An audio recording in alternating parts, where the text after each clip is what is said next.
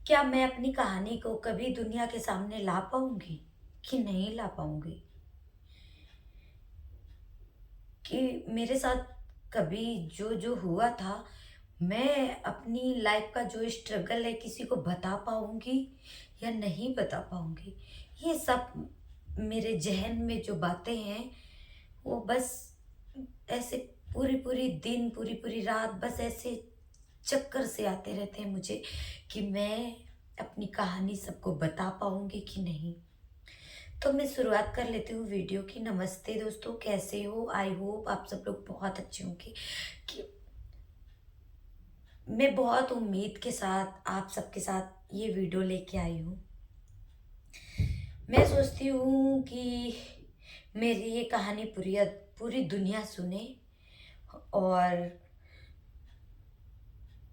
जो बेटियां हैं जो ऐसे कुछ करती हैं माँ बाप के खिलाफ, तो प्लीज़ वो इस वीडियो को ज़रूर देखें। तो मैं अपनी वीडियो की शुरुआत कर रही हूँ गाइस। उससे पहले मैं बहुत ज़्यादा इमोशनल हो रही हूँ। कोई बात नहीं, मैं अपने इमोशनल को कंट्रोल करने की कोशिश कर रही हूँ। तो मेरा नाम है सीता और मैं यूपी के छोटे से गांव से बिलोंग करती हूँ, उन्नाव ज़िले से। ठीक है।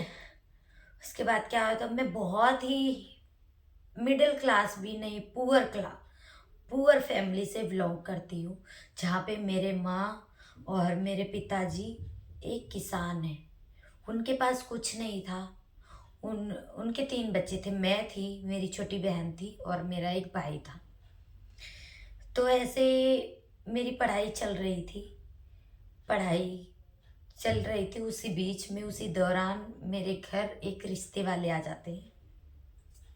मेरे माँ बाप मना कर देते हैं कि अभी मेरी बच्ची छोटी है, नहीं करूँगी शादी। उसके बावजूद कहीं से मुझे नंबर मिल जाता है। वही मेरी उम्र थी 15-16 के आसपास। इस उम्र में जानते ही हो, लेकिन उस बात का अफसोस आज तक मुझे है और मुझे लाइफ टाइम रहेगा। तो माँ बाप के पास नंबर था, उधर से फ़ोन आता था, इधर से ये लोग करते थे, लेकिन बोल रहे थे शादी करेंगे लेकिन कुछ टाइम बाद करेंगे। तो ऐसे जब वो नंबर कभी फ़ोन आया तो मैंने उठा लिया, तो बस ऐसे ऐसे धीरे धीरे करते करते बात हमारी होने लगी। जब बात होने लगी, माँ बाप चाहते थे हमारे कि जितना भी पैसा लगेगा वो लोग लगाएंगे और हम पढ़ाई करें। लेकिन हमारा धीरे धीरे दिमाग ना जो घूमता गया, फिर वो लोग परे मतलब कि शादी के लिए मान गए और मेरी शादी हो गई वही 16 साल के करीब। ठीक है। उस दौरान जब मेरी शादी हुई थी, मुझे पीरियड भी नहीं आए थे। 2014 में 11 मई को मेरी शादी हुई। उसके बाद मैंने सोचा बहुत अच्छे होंगे ससुराल वाले, पंजाब लुधियाना जाएंगे, लुधियाना में जाके रहेंगे, अच्छे से रहेंगे। जब वहाँ से मेरा ससुराली दौर शुरू हुआ, मेरी विदाई होती है। विदाई के बाद मैं जब ससुराल जाती हूँ, हमारे यहाँ पे चौथी वौथी का रिवाज है, वो सब हो जाता है। उसके बाद 10 दिन के बाद हमें लुधियाना के लिए रवाना कर दिया जाता है। उसके बाद जब हम लुधियाना आते हैं तो देखते हैं हमारे तो पैरों के नीचे से ज़मीन खिसक गई कि मैं कहाँ आ गई हूँ। यहाँ पे छोटे छोटे रूम, एक मंजे के रूम, उसी में खाना, उसी में किचन। कोई बात नहीं, हमने अपने आप को खुद को संभाला कि कोई बात नहीं। अब यहाँ आते हैं, जो सास हमसे फ़ोन पे घंटों बात किया करती थी, कहती थी खाना बनाने नहीं आता है, कोई बात नहीं, मैं देख लूँगी, मैं कर लूँगी, कोई बात नहीं, तुमको मैं सब सिखा दूँगी। वहीं से क्या होता, जब मैं खाना नहीं बना पाती तो मेरे को ताने देने शुरू हो गए शादी के 20 दिन बाद से ही। और बहुत पूरी फैमिली रहती थी ससुराल जनों की। वहाँ पे किसी ने कहा ये नशेड़ी है, किसी ने कहा ये शराबी है, किसी ने कहा बदतमीज है। तो जो मेरा पहला पीरियड आने वाला था, वो पीरियड में ही मुझे गर्भ धारण हो गया। मुझे पता नहीं चला, बिल्कुल भी पता नहीं चला। मैं हो गई 5 महीने की प्रेग्नेंट। आया दशहरे का मेला, उस रात को हमने कुछ ऐसा देखा, मैंने अपने हस्बैंड को बताया, मतलब अपनी नंदों के उसमें कुछ देखा, जो अपने हस्बैंड को बताया कि हमारे अपने पति समझ के हमने बताया। उन्होंने जब फैमिली में सबसे पूछा तो उन्होंने सबने झूठ बोल के इनकार कर दिया। दशहरे, जिस दिन दशहरा होता है, जिस दिन रावण जलता है, उस रात को मुझे इतना पीटा गया, बुरी तरह से इतना पीटा गया मुझे, कि मेरे पेट में जो 5 महीने का बेबी था मुझे बिल्कुल पता नहीं था, क्योंकि हमें पीरियड कभी आए नहीं थे। वो पीरियड के बारे में कब नॉलेज ही नहीं था मुझे। तो मुझे बहुत तरीके से, मतलब बुरी तरीके से पीटा गया। उसके बाद मुझे खून के इतने मोटे मोटे थक्के गिरने स्टार्ट हो गए 2-3 दिन बाद। मेरे घर के लोग, मेरे हस्बैंड मेरे पास रह गए, बाकी सब गाँव भाग गए। उस दौरान मेरे पति के पास पैसे नहीं हुआ करते थे।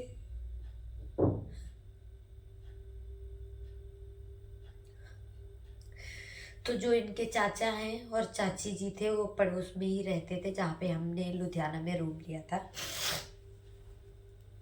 वहाँ पे रहते थे। तो खैर चाची मुझे लाद के ले गई। अगर वो ये वीडियो देखे तो, अगर झगड़ा लड़ाई हुआ तो मुझे माफ़ कर देना प्लीज़ चाची, मैं माफ़ी मांगती हूँ तुमसे। फिर वो मुझे अपने कंधे पे लाद के ले गई। मैं एकदम पतली सी थी। वहां पे जाके मेरा अबॉर्शन हुआ। मेरे पहले बच्चे को मैंने खो दिया।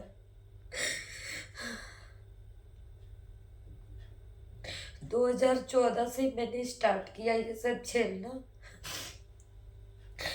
उसके बाद मेरे पति की जॉब चली गई। मैं पढ़ाई कर रही थी बीए की। जब मैं यहाँ से, चलो ये अबॉर्शन वाला सिस्टम खत्म हुआ, उसके बाद आया मार्च। मार्च में मेरे बीए के पेपर थे, मेरे हस्बैंड मुझे पढ़ा रहे थे।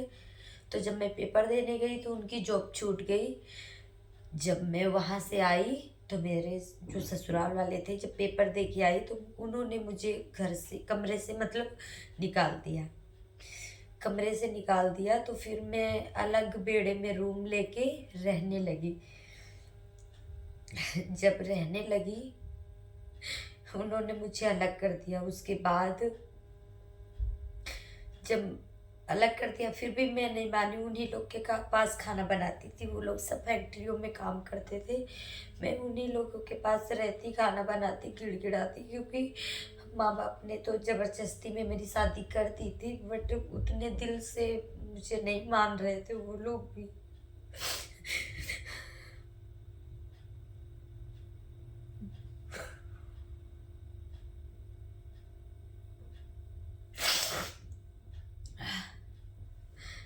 फिर मेरे हस्बैंड की जॉब छूट गई। फिर वो 6,000 पे ड्यूटी करने लगे दुकान पे। जब 6,000 पे काम करने लगे तो फैमिली वालों ने फिर हमें धक्का मार के निकाल दिया। धक्का मार के निकाल दिया। उसके बाद हम लोग अलग रहना स्टार्ट किए धीरे धीरे। फिर मेरी लड़की का जन्म हुआ 2015 में। 14 में शादी हुई, एक बच्चा भी तैयार हो गया। फिर 15 में मेरी बेटी का जन्म हुआ। उसके बाद ये फिर वहीं पे आ गए, हमारे बगल में रूम ले लिए। फिर पति ने समझाया कि चलो एक में हो जाते हैं, मिल के रहते हैं।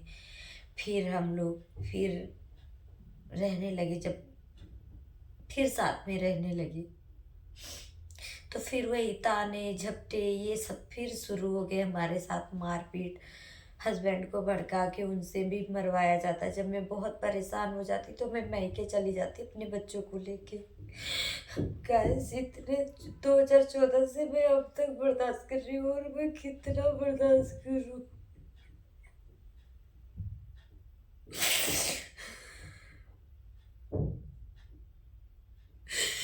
ये तो मेरी कहानी का कुछ पार्ट है। बाकी पार्ट जो है ना, मैं नेक्स्ट वीडियो में बताऊंगी, क्योंकि अभी हिम्मत नहीं हो रही है।